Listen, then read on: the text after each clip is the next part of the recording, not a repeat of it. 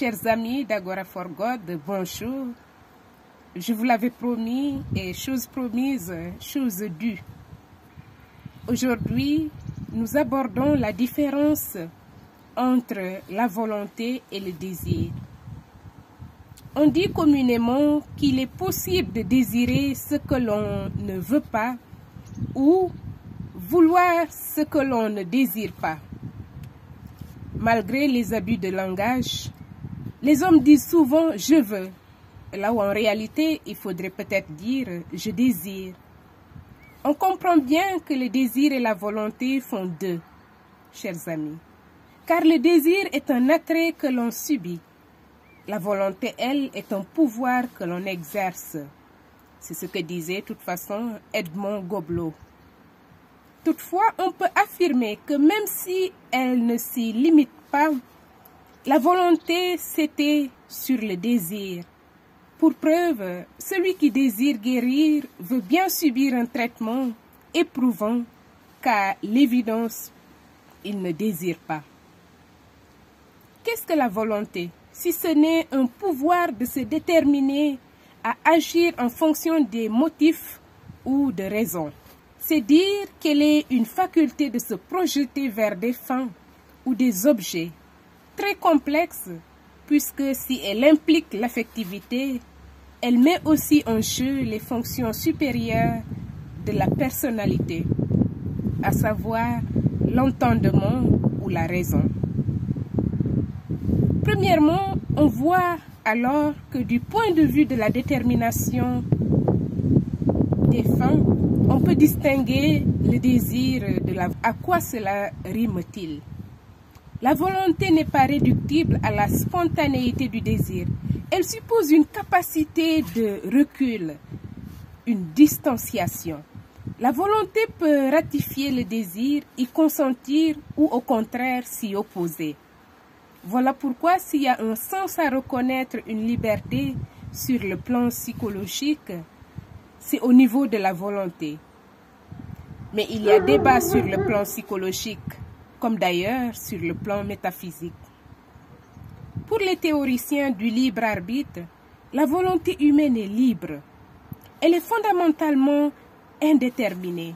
Descartes dira dans les principes de la philosophie qu'il est évident que nous avons une volonté libre. Une volonté libre qui peut donner son consentement ou ne pas le donner quand bon lui semble, que cela peut être compté pour une de nos plus communes notions. Parce qu'il est une pensée, l'homme n'est pas comme les choses ou les animaux, mécaniquement déterminés. Ses actes ne sont pas le simple effet nécessaire de causes antécédentes. Il peut se donner le spectacle de ce qui agit en lui sans lui. L'homme peut envisager des possibles, mais aussi les confronter. Il peut se projeter vers des fins choisies. Il peut anticiper les conséquences de sa conduite et juger les objets et les buts vers lesquels ses désirs le font tendre. Il a donc le pouvoir de se déterminer par la représentation de motifs ou de raisons.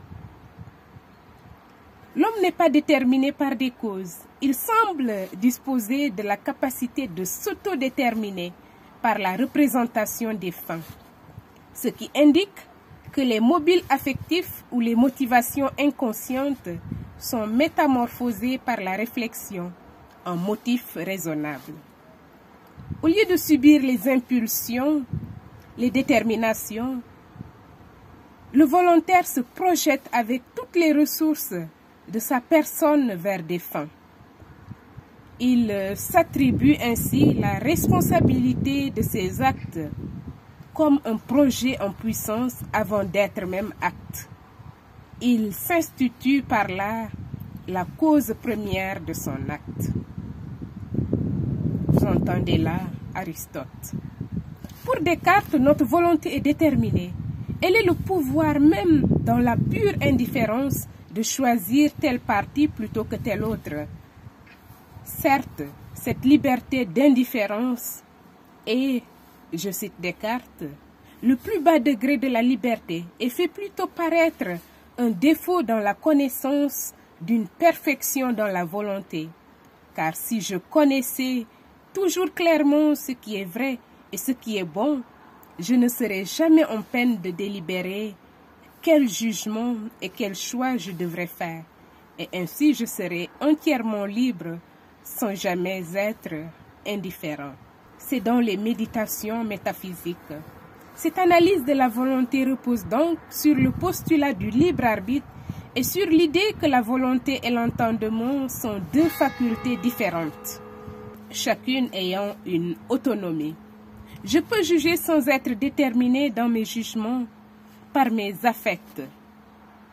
Je peux vouloir même ce que mon entendement me révèle être le pire. Ma volonté n'est déterminée ni par les affects, ni par la raison. Pour Spinoza, cette analyse procède d'un rapport imaginaire à soi-même. Le libre arbitre est une illusion. Il s'ensuit que la volonté est déterminée soit par les affects, soit par la raison. Or, comme nous sommes essentiellement une tendance à persévérer dans l'être, nous sommes déterminés par notre nature à vouloir et à juger bon ce vers quoi elle nous fait tendre. Chers amis, la volonté est la même chose que l'effort pour persévérer dans son être. C'est ce que Spinoza appelle le conatus.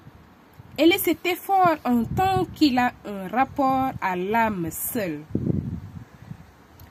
Deuxièmement, du point de vue des moyens, on peut distinguer le désir de la volonté. Le désir se contente de poser les fins. Il se préoccupe peu des moyens à mettre en œuvre pour atteindre ses fins. Il attend la manne, dira Alain. Le désir dit « je veux bien », là où la volonté dit « je veux », c'est-à-dire elle se dispose à se réaliser.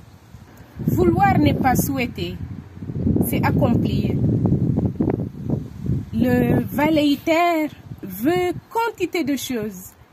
Il déborde de projets parce qu'il n'en met en œuvre aucune. Le volontaire, au contraire, est modeste, mais engagé dans l'accomplissement de ce qu'il a projeté. Voilà pourquoi on ne peut pas vouloir l'impossible.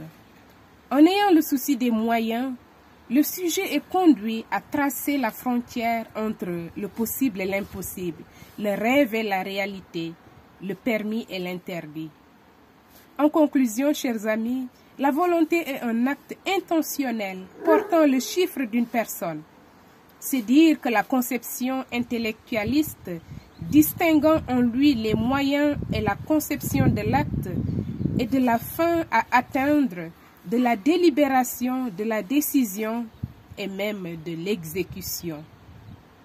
Restent ceux qui ne veulent voir dans l'acte volontaire qu'un désir dominant, confondant sans doute volonté et passion. À très bientôt.